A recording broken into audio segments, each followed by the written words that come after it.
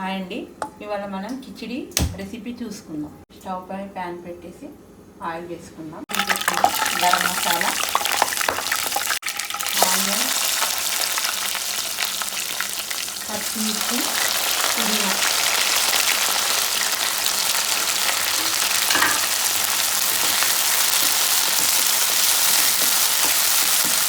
అల్లం వెల్లుల్లి పేస్ట్,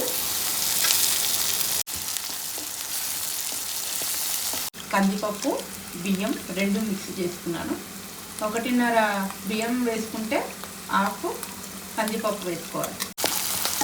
2 గ్లాసుల బియ్యం పప్పు 2 కలుపుకొని 3 గ్లాసులన్నర వాటర్ వేస్తుంది. తగినంత సాల్ట్. వాటర్ మరిగే వరకు మూత పెట్టాలి. వాటర్ మరుగుతుంది. నీళ్ళని తీసేసుకొని ఇందులో పెట్టేసుకుందాం. ఇప్పుడు 10 నిమిషాలు హై ఫ్లేమ్లో మూత పెట్టేసుకొని పెడదాం. 10 నిమిషాల తర్వాత అన్నం ఇలా ఉడుకుతుంటే లో ఫ్లేమ్లో చేసుకుందాం. ఇప్పుడు మూత పెట్టేసుకుందాం. కొంచెం మూత తీసుకొని నిమ్మకాయ, కొంచెం నెయ్యి,